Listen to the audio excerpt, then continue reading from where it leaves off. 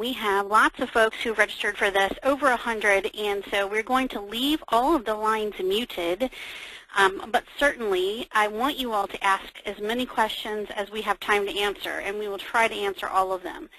So what I'd like you to do is just notice that on the little dashboard that you have on your screen, as long as you can see my screen, you should be able to see a little dashboard. And you can type in a question at any time. You don't have to wait for the end of the webinar. You can type it in at any time, and we will certainly answer all those questions at the end of the webinar. So I see that George has joined me now, so he'll be dialing in just a second. And that's really my housekeeping, so please type in your questions because we're going to answer them on a first-come, first-served basis. So if you're the first person to ask, we can get your question out of the way. And usually the end of these webinars is really the best part where people are asking a lot of questions that you are thinking of too. So, George, can you hear me? He's still dialing in. Okay, so I'm going to go ahead and get started. But I want to thank everybody for coming today. This is one of our webinars in the series based on the book that we just are putting out on March 7th. So Let There Be Leads is the name of the book, or it's the short name of the book. And this webinar in particular is for home care franchise owners and marketers. We do tons of webinars. We do at least one a month. They're always free to you. But I know that sometimes folks who are part of home care, our home care franchisees, feel a little left out because sometimes the information we present isn't applicable to them. But in this webinar, everything we talk about should be applicable to you as a franchise owner. So although Let There Be Leads is for everybody in the home care market, it's for independents and franchise owners, this webinar in particular is just for our franchise folks. And of course, lots of folks can benefit from it, but we wanted to do one specifically for you. And just to give you some background, George and I are the co-owners of LTC Expert Publications, and we have been doing online marketing specific to the home care market since 2008. So we have tons and tons of experience in this area. We don't take care of plumbers. We don't take care of roofers or lawyers. We're not your run-of-the-mill SEO company that handles all different kinds of businesses. All we do are senior care businesses, and specifically 90% of our clients are home care agency owners. Some are home health care, and some are private duty, some are franchise, and some are independent. So we're all over the map. But it all comes down to understanding your marketplace. Hey, George, can you hear me? Yes, I can. Awesome. So George is with us. This is George Novison. I just want to say hi to you, George, and let the folks know that you're going to be answering some questions at the end, too. Sure. All right. So let's get on down the road here. So this is just sort of a quote from the book, just to kind of a little play on words. And the marketer said, "Let there be leads," and the owner saw the leads, and the leads were good. So this is what we're talking about, is the best home care franchise marketing strategies for 2015. And those include online marketing strategies and offline marketing strategies and how to put the two together. So just having a great website and great content is wonderful, but it's not going to solve all of your issues. It's not going to bring all the leads in. Only doing offline marketing, like referral sources and networking, that's great, and you have to do that, but that's also not going to solve all your problems or get all of your leads. You have to kind of do both and learn how to blend the two together. So we're going to talk about how to do that. Online marketing for home care franchise owners. So here is sort of our experience. Right now on the screen, you can see a giant map of a portion of New Jersey. I just picked this. It has really no relevance to anyone. We do have clients in this area, but I just wanted to kind of give you an idea of what we're talking about. Where does your home care franchise local website show up? Now usually, not always, but usually when we work with a franchise owner, they have a territory that they are specifically bound to, and they have to market within that territory and within the towns within that territory. And normally those are divided up by population and some other factors that go into that. You all know that much better than I do. But normally when a franchisor puts a website together. The company that they hire to do that is really good about the branding and about making sure that the location of the office and that territory are on that office page. So you may have like a subs website, or it could even be a separate website, but it's usually a sub-site or a mini-site version of the larger franchisor site. And for a lot of you who own franchises, there may be, I don't know, 200, 300 website or franchisees across the country. So that's a huge amount of work for SEO. So usually the SEO is sort of narrowed down to just either the town the office is in or the main location that the franchise owner serves, which may not be the town that the franchise owner is located in. So there's all kinds of caveats to this, but what we find is that if a franchise owner is supposed to service Morristown, New Jersey, they usually only show up for Morristown, New Jersey. They don't show up for the rest of these towns. So if your office is located in one town, but you serve 10 other towns, and of course you probably serve 100 other little bitty towns in that area. You see my big yellow blotch there? That's probably the whole service area for this imaginary franchise owner. So if they serve all these areas, but they only show up for one area on a Google search, then there's a whole subset of towns and people and places that don't see their information.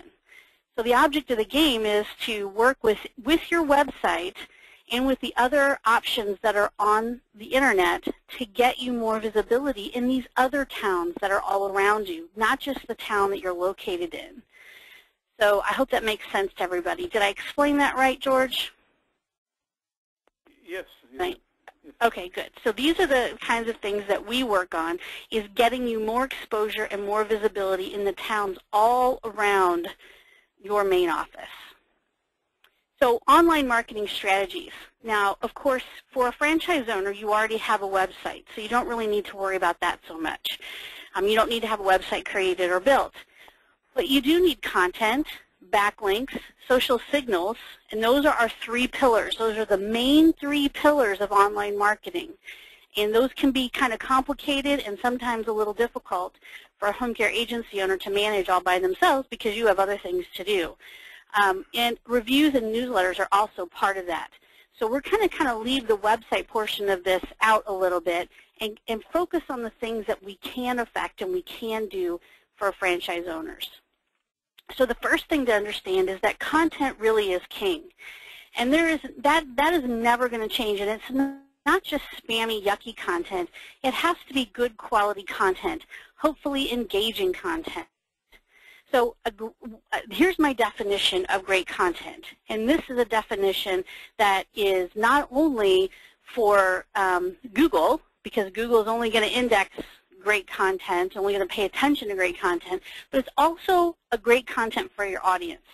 So first of all, 500 words is usually what you want to consider your minimum. You could go down to 400. Usually if you keep it around 500 words, this is for a blog post, a page on your website, anything that you're going to put in words on your website, an article of any kind needs to be at least 500 words, and it needs to have a photo. And that photo and those words need to have some form of search engine optimization. And that rule, those rules for search engine optimization change almost daily, it seems like. So our job is to make sure we understand exactly what should be search engine optimized and what's too much and what's not enough. But 500 words plus a photo or 2 is awesome. The content should always be unique, not copied from others. And it should be about your niche. It should be about home care, elder care, senior care. It shouldn't be about the latest voting polls or some politics or something crazy like that. It needs to be relevant to what you talk about and what you do in your business. And it should be about your community and about your community involvement. So although you can have generic articles, in fact, just to give you an idea, our company has 700 articles a month, at least 700, written, professionally written every single month. It is that's for all of our clients. Now, we ghostwrite for everyone, and we put the articles up in their name. We're very serious about our quality. If one of our writers isn't doing their job correctly, then we get rid of them. It's a very important job for us. And we can write articles all the time, and they're pretty good. They're, all about things you can do with seniors. They're, involving, sometimes they're about recipes. Sometimes it's about, making sure our seniors are safe and warm in the winter months. Whatever it is, we write articles all the time for this. But what people really like is when our clients get involved, which are folks like you out there, and they tell us about that last senior fair they attended and how much fun it was, or the one coming up next week, and how last year was so great and you should come by and get your free stuff, or whatever it is. They want to hear about stuff in your community. So you as a franchise owner, even if you have someone like us writing articles for you and putting them out in your name, that's awesome. You should be doing that because you don't have a lot of time. But you still have to engage. You still have to write content about your community involvement. And it should be local content. So in other words, a franchisor, God love them, they're going to write articles and distribute them out to all of their franchisees, because the content piece of this is so difficult. It's not difficult to write an article, but to find the time to do it is insane. So they're going to put out some pieces for all of you, but the problem is that 400 other franchise owners across the country are going to post that exact same article, maybe with a few caveats, a few title changes or something, but essentially it's the identical content over and over and over again, and Google's not going to index that stuff. It's okay to post it, but it's just considered duplicate content, and it's not going to do you any good. So you want to get down to unique content and local content anytime you can. Make sure it's about your community. And if nothing else, make sure that the writers you hire or the people that are working for you to do this are providing you with content that's not on any other websites. And also, you want to show a real author.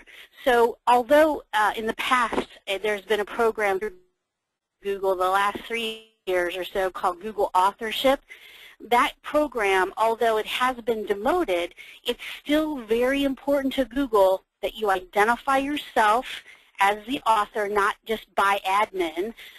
They want to see a human face. And it is about reaching out to your people in your community and showing them that you really care about this topic and that you're passionate about senior care issues. So show a real author on all of your content. Okay, what does great local content do? So when you have unique content and you're putting that up there a minimum of once a week, if you could do it every day, that would be super fabulous. But once a week is the minimum. So what does great local content do? It actually helps you show up on the first page of Google organically. So if you look at my screen, you will see the top 3 orange arrows. They are ads by Google. So those are Google AdWords. So those and everything on the right-hand side, I've kind of covered that up with my text, but that's all Google AdWords too. So people are paying to be in those spots. But the people that are not paying to be in those spots are the ones with my big gray arrows, Sitters, etc., Home Care, Brentwood, Tennessee, Sitters, etc., Home Care, and then on the map, the very last arrow, it's kind of cut off in the bottom of the screen, says Sitters, etc. So that's what you really want to show up for, those natural search results. You want to be in those top spots. 25% of people are going to click on those orange arrows, and 75% of people are going to click on those natural search engine results. You want to be in that 75%. And that's what great content does. So this is an example, and I'm not going to show you all of our keyword phrases, but here's a screenshot of one of our clients' keyword ranking reports. Now this person had been with us for at least 6 months, and they serve some areas in New Jersey. And if I were to show you the whole page, you would see that pretty much they're in the top 10 search results for every single form of every single keyword phrase in every single town that they service in their local area. So they are, actually they're in Pennsylvania. So their reach, they gave us 10 towns that they really want to show up for. And we already have our matrix of keywords for home care that makes sense naturally.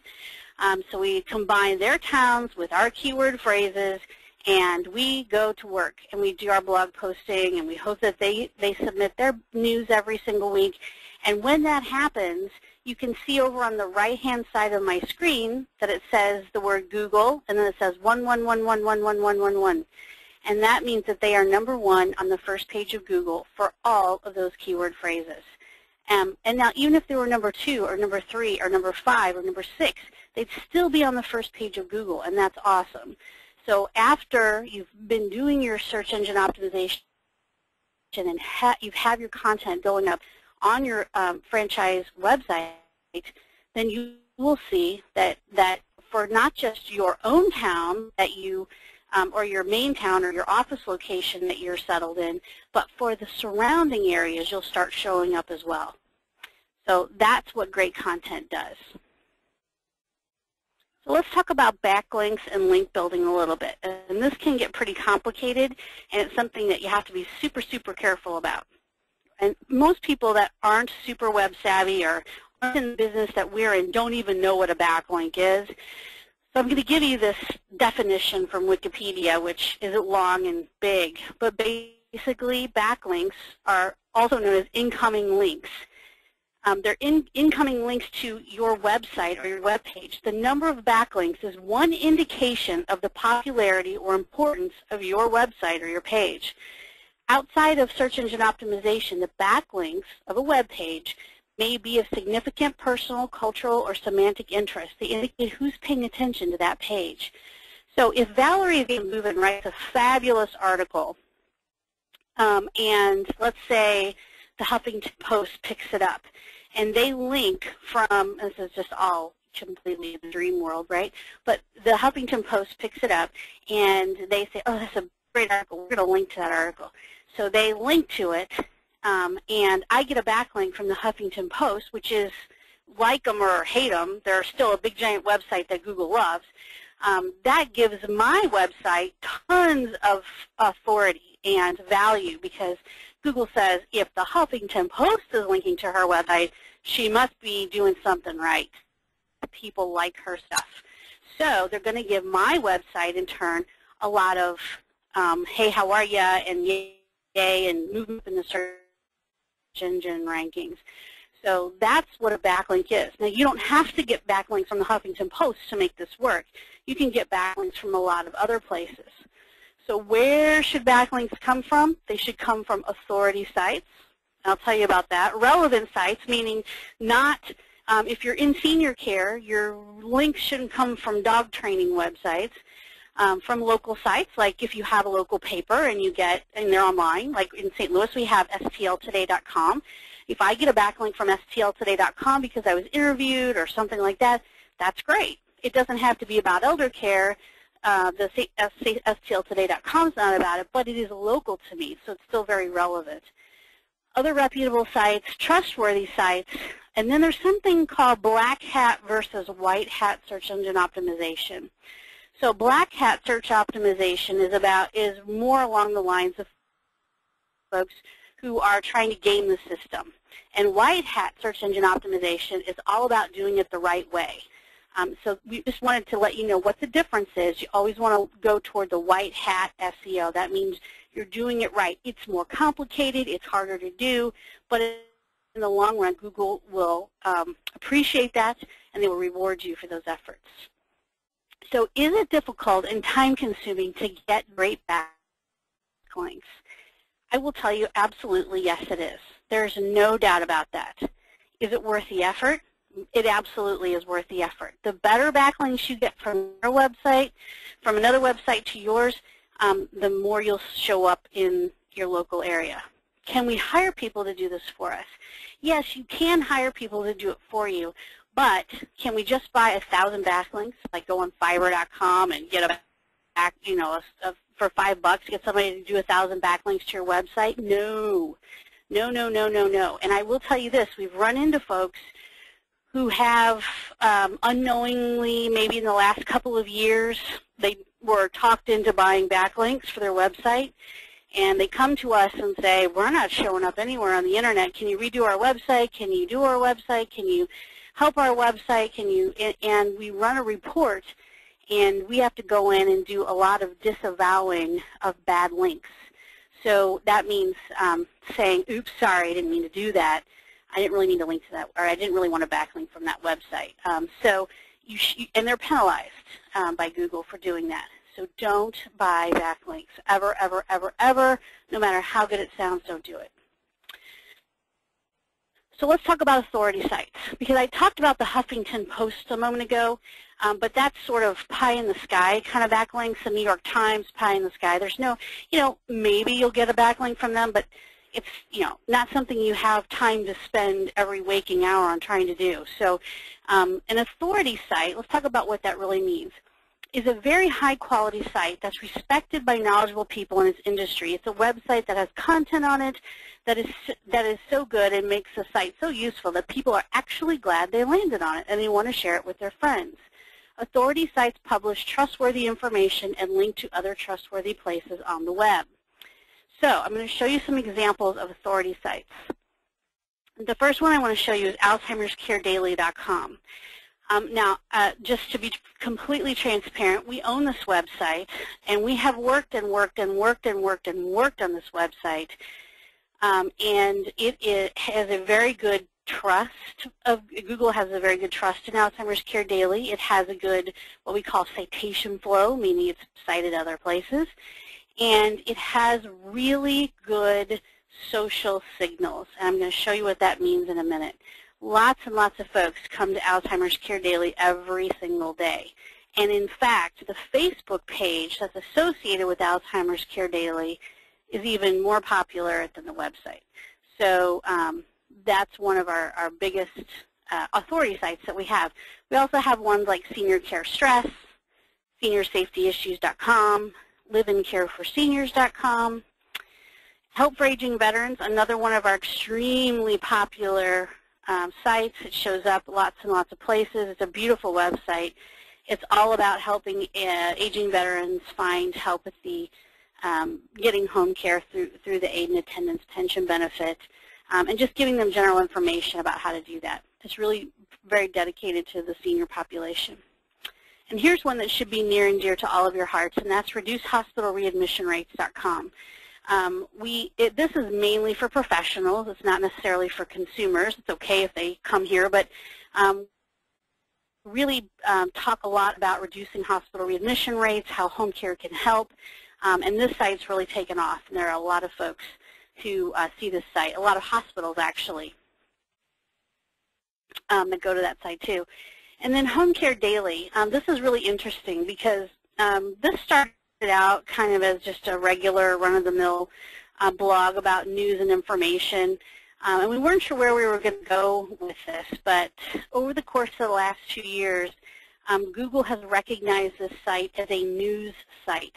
So in other words, anytime we publish an article on this website, it instantly shows up in the Google News feed, and it does get cited. And in fact, for my Huffington Post example, we discovered the other day that the Huffington Post had linked to an article here on Home Care Daily. And so, things like that are we're very proud of that, and we love Home Care Daily because it really is about news issues across the United States. We don't do UK or Canadian news, just U.S. news. And sometimes it's really good news, and sometimes there's a lot of bad news. I mean, you can read every single day about fraud and about a home care aide stealing something. But we also try to highlight the good news and talk about the good that home care agencies across the country are doing. We talk a lot about legislation, some about marketing.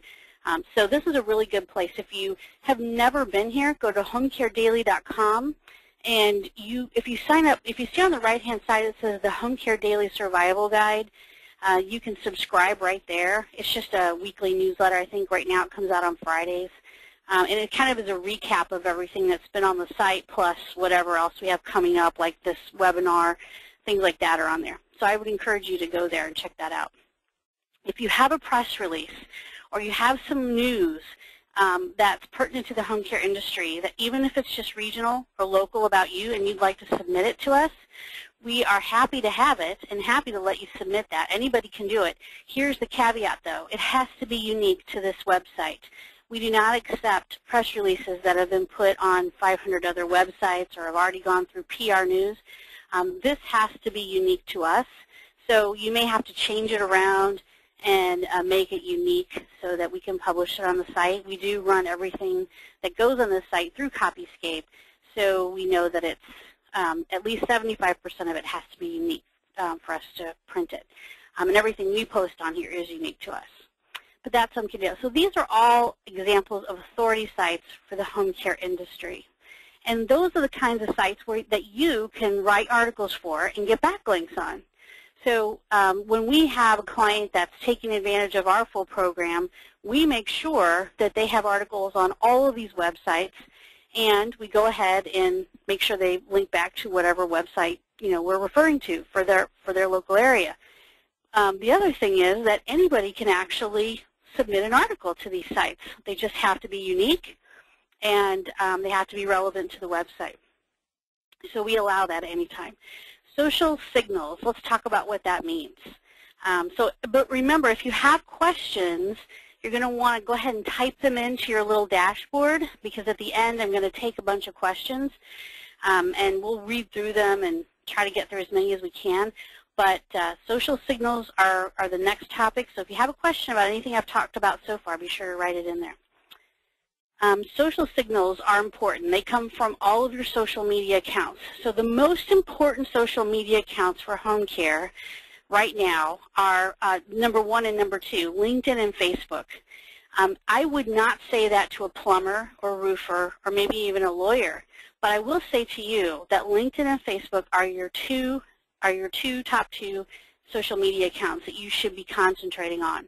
If you don't have a full profile on LinkedIn, you should make sure you have one, that it's filled out, that it is relevant to your current job, that it doesn't have some old stuff listed as your current workplace. LinkedIn is your professional face to the community and to other professionals. We'll talk about that in a second. Facebook, that is your community outreach. So LinkedIn is professional to professional networking. Facebook is your community outreach. Those are the most important. Twitter.com, it's okay. You should have an account. Yes, you should be tweeting.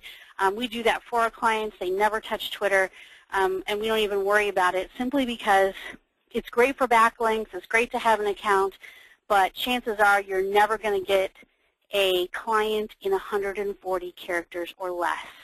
Twitter has its purposes, but in home care, it's all about the LinkedIn and the Facebook.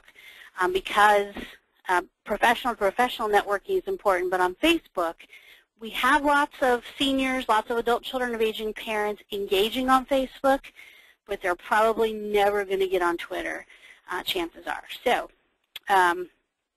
those are the number 1 and number 2. And then Google Plus is important for various reasons, for your My Business page, for a personal page, for a professional page. All those things are important, but the audience is not quite there for home care. So we're sticking with LinkedIn and Facebook for today. Social signals then. Now we've talked about what your social media accounts are that you should have.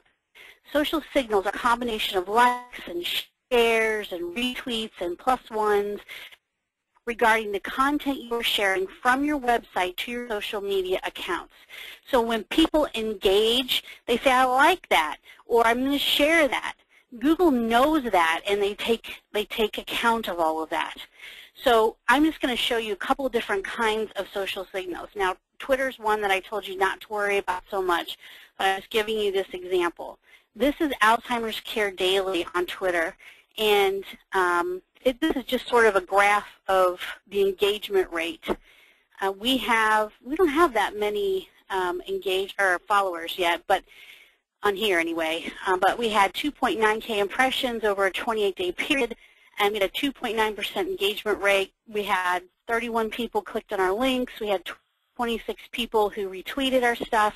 That's a pretty small potatoes in comparison to some of the big industry folks out there who may be getting lots more engagement than we do, because we're not as focused on Twitter, but this gives you at least a little bit of information on what a social signal looks like.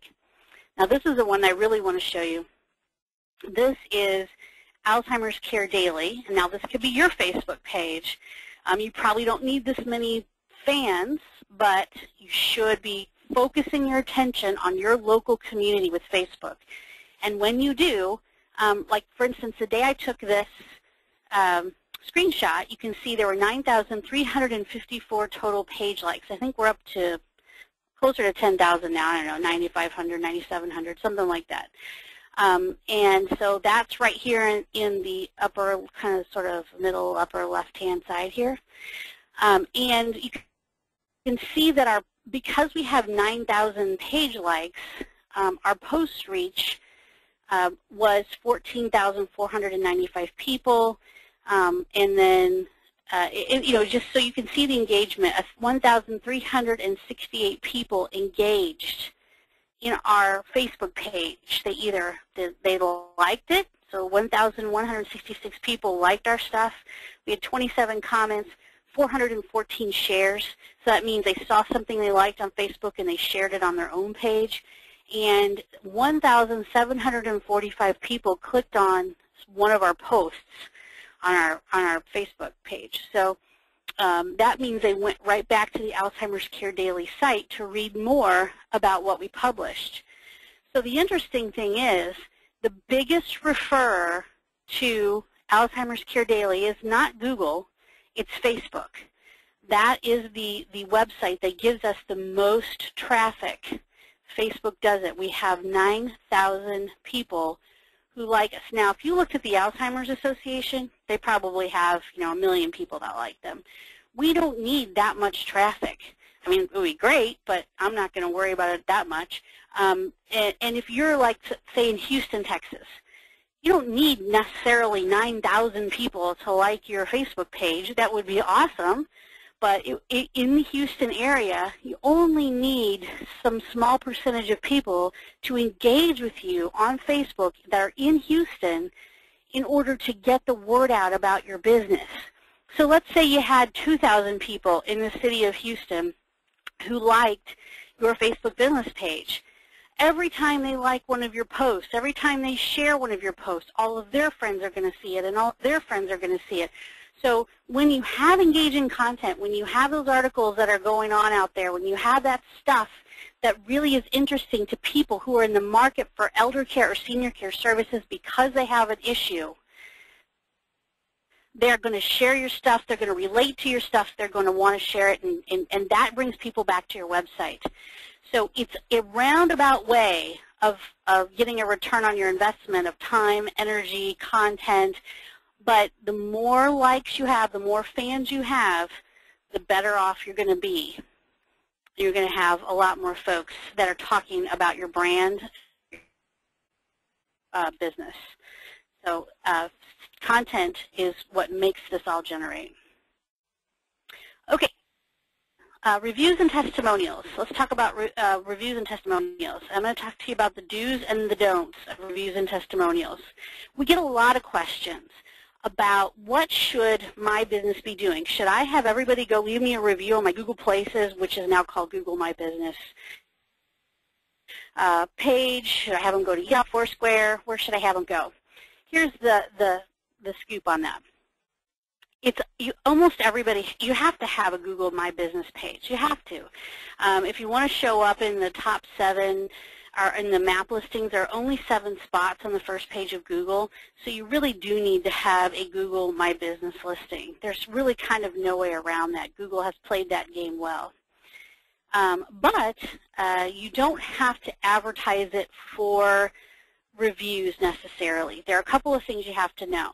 First of all, you can't go in there from your office or your home and put all the reviews and testimonials that you have from your account and your IP address on your Google My Business page. Google knows it's you. They know it's the same person in the same 10-minute span of time, and they know that it's you putting all these reviews up there.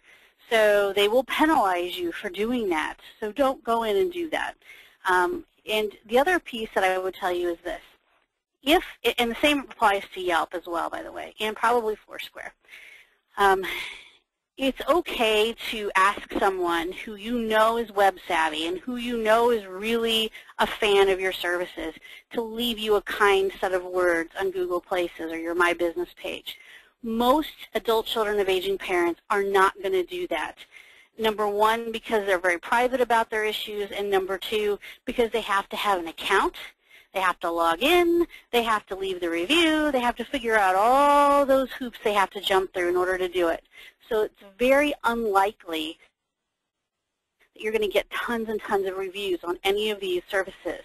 However, it is more likely that someone is going to leave something negative on one of these only because it could be a disgruntled caregiver who's grown up on the internet and basically knows how to do everything, or it could be a disgruntled or unhappy family member.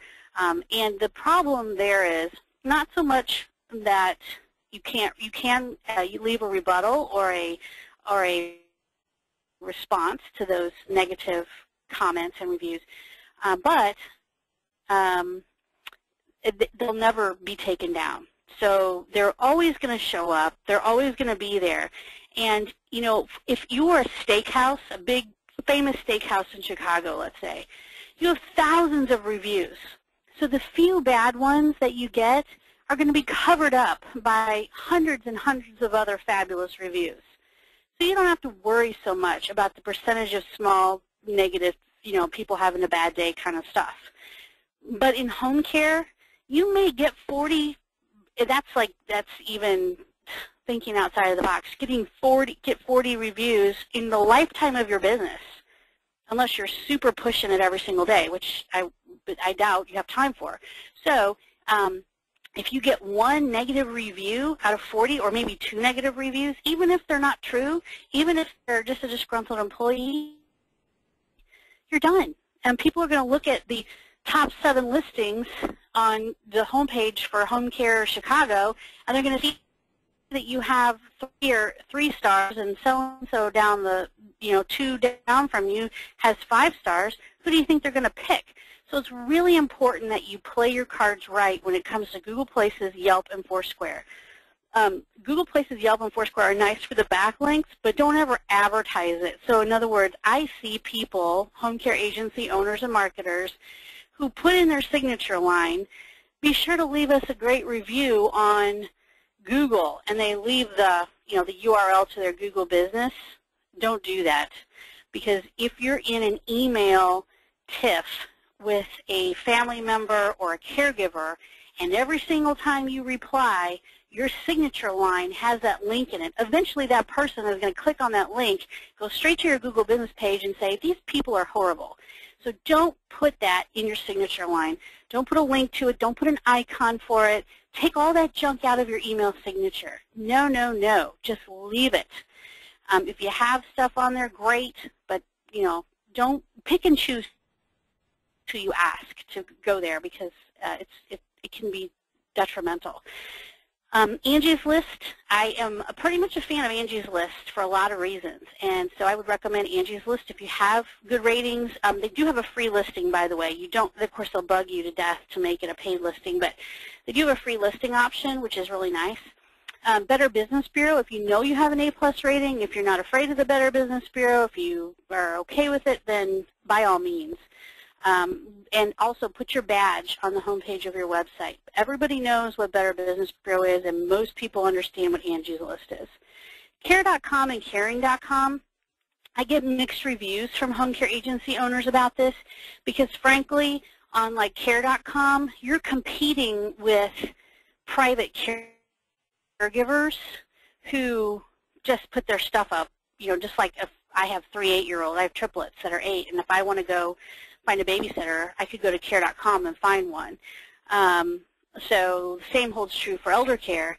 So, the home care agencies that do have listings on there are fighting with the folks who are just, private, and they're cheaper.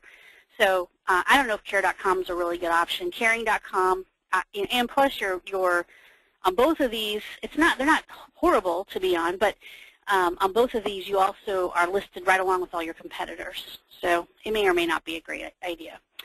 The last one on my list is Senior Service Reviews. Complete transparency. That's our product. We developed it specifically for the home care industry. And the reason we did that is for all the reasons I just told you about all these other things. Yes, it's important to have accounts on them, but if you want to direct people to a place where they don't have to sign in, where they can have their privacy, and if they leave a bad review, then it's considered a customer service issue. It's not blown out to every piece of social media on the web. That's between you and the customer. So you can go in and approve. You have to approve every single review that goes up on that site if you have a site, Senior Service Reviews, if you have an account there. So that's our product, and we recommend that. It is also, just so you know, this is the home page of Senior Service Reviews. And you can go and look at all the review sites that we have up there. They're kind of, each client has their own private review site, so there's never a competitor listed on their site. And there's just some basic information. This is what a site looks like if you have one. So in this case, these people have 9 reviews and 9 ratings at the time I took the screenshot. And it's just a link back to their website, and you can leave a review, you can look at all their reviews, you can refer a friend or request an appointment. So we did this on purpose. And Google recognizes Senior Service Reviews as a valid review site. So if you were to go to someone's Google Plus page and you were to look at it, you would see that if they have other reviews, like Caring.com, Merchant Circle, you could see Senior Service Reviews is listed right there. Whoops. And that means that Google recognizes it. What that means is all the coding that's required is on Senior Service Reviews, so that the stars show up, the reviews show up online. It's very nice. It's a nice, helpful way to get reviews out there without having to risk having that disgruntled employee leave something negative. Okay, be sure to write your questions down. We're heading into the, we're rounding it up here, and we're heading into the final stretch. Your newsletter. You should have, whether you're a franchise owner or not, you should have an e-newsletter. I give this analogy. It's just like buying a car. Many of you may think that having a newsletter is completely irritating to folks. Say if you're sending out something to people that they're just irritated by it and they consider it spam.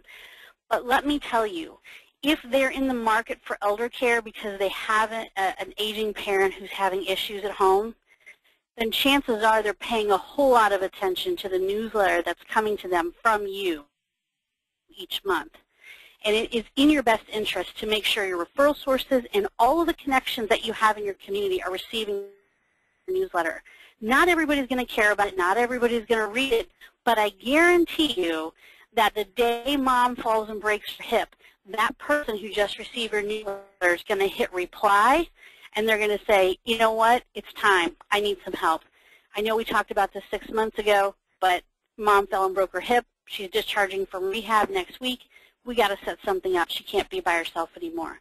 You should have a local newsletter, not the corporate franchise newsletter.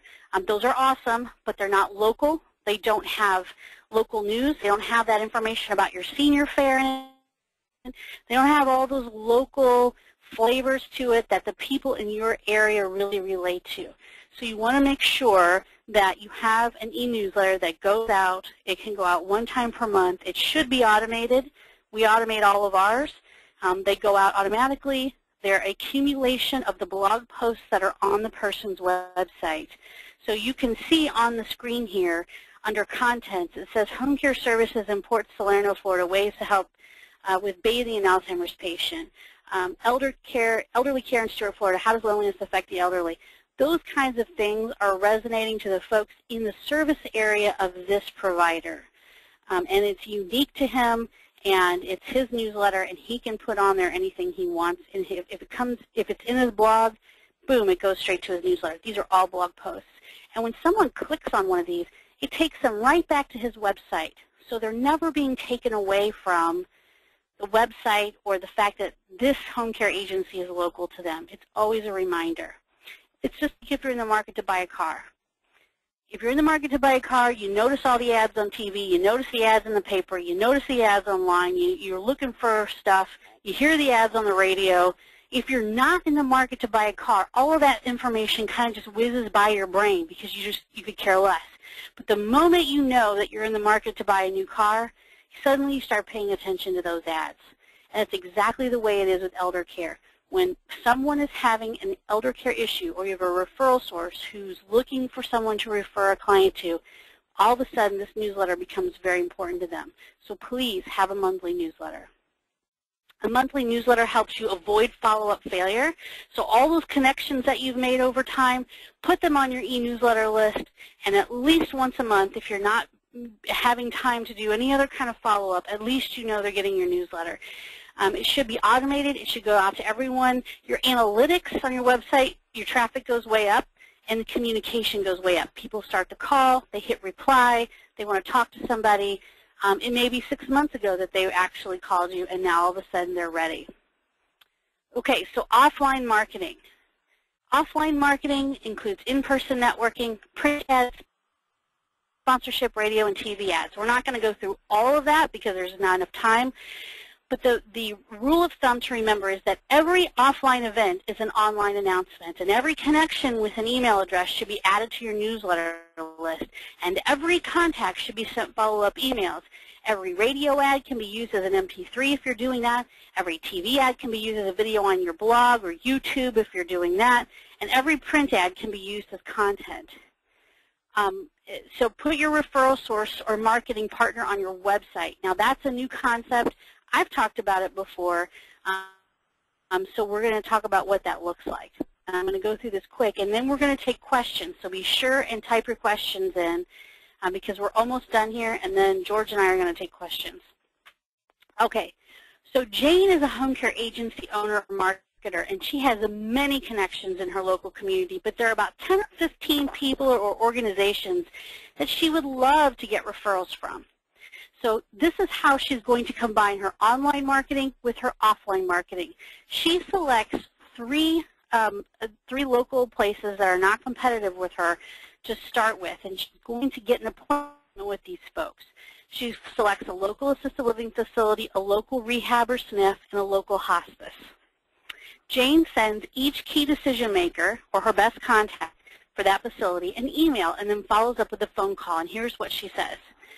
She says, "Dear Martha, I hope this note finds you well. It was great meeting you last week at the chamber meeting. Our company, ABC Home Care, has a website, a blog, and a monthly newsletter that goes out to, and you don't have to say 600, to X number of people and businesses in our area. Plus, we are very active on Facebook and LinkedIn. I was wondering if I could feature you and Autumn Oaks Assisted Living through a brief article that will appear on our website, all of our social media, and in our next monthly newsletter. We like to feature other businesses that serve seniors in our community. If this is okay with you, I just need to schedule an appointment to meet with you at your office, have a brief set of questions I'd like to ask you. I want to take a picture of you or the front of the facility. Let me know a time and date that works for you, and I'll call your office today and leave you a message as well. Sincerely, Jane Doe, ABC Home Care." So Martha at the assisted living facility thinks this is great. She'd be flattered. That's fine. Come on over. She sends a note back to Jane. They set up an appointment for the following week. So Jane and Martha actually meet face-to-face. Now remember, Jane could never get in with Martha before. So they meet, and Jane interviews Martha about the features, amenity, advantages that Autumn Oaks Assisted Living brings to their community. They also talk about referrals, referral sources, about Jane's home care business, and much more. Jane and Martha really do have a lot in common, and they become friends. A week later, Martha receives 2 items. Number 1, she gets an email from Jane from the home care agency with a link to the home care agency's latest newsletter, their Facebook page, and their blog. And number 2, a family calls to talk to Martha about their father who's considering assisted living. They heard about Martha's assisted living facility through Jane's newsletter, and they set up an appointment to tour the facility. The referral relationship happens, and 1 month later, Jane gets a referral from Martha, and the month after that, Martha gets 2 from Jane, and they have established an ongoing referral relationship. Jane asked for nothing but a small piece of Martha's time in the very beginning. Just sit down for a quick interview, answer a few questions, I'm out of your hair. Martha received the first piece of business from this relationship, which was a happy unintentional consequence, and Jane has a new partner in her local community. The question for you all as home care agency owners is this: how many times can Jane repeat this process? She can repeat it as many times as she wants. It's an unlimited way to get yourself in front of people by combining your offline marketing and your online marketing.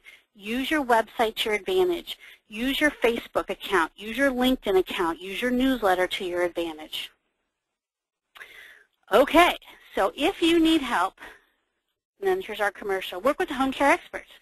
LTCSocialMark.com, 888-404-1513.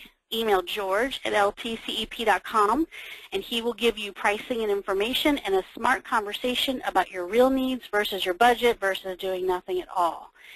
And so with that, I'm going to open it up for questions. And George, I covered a lot of stuff. Is there anything that I missed or you'd like to add to our presentation here today? Well, these areas that you covered, you went in depth of what the key thing is. We have solutions in each one of those areas that make up our offering to franchisees. And we've adapted all of our programs so they work with the national websites of franchise brands.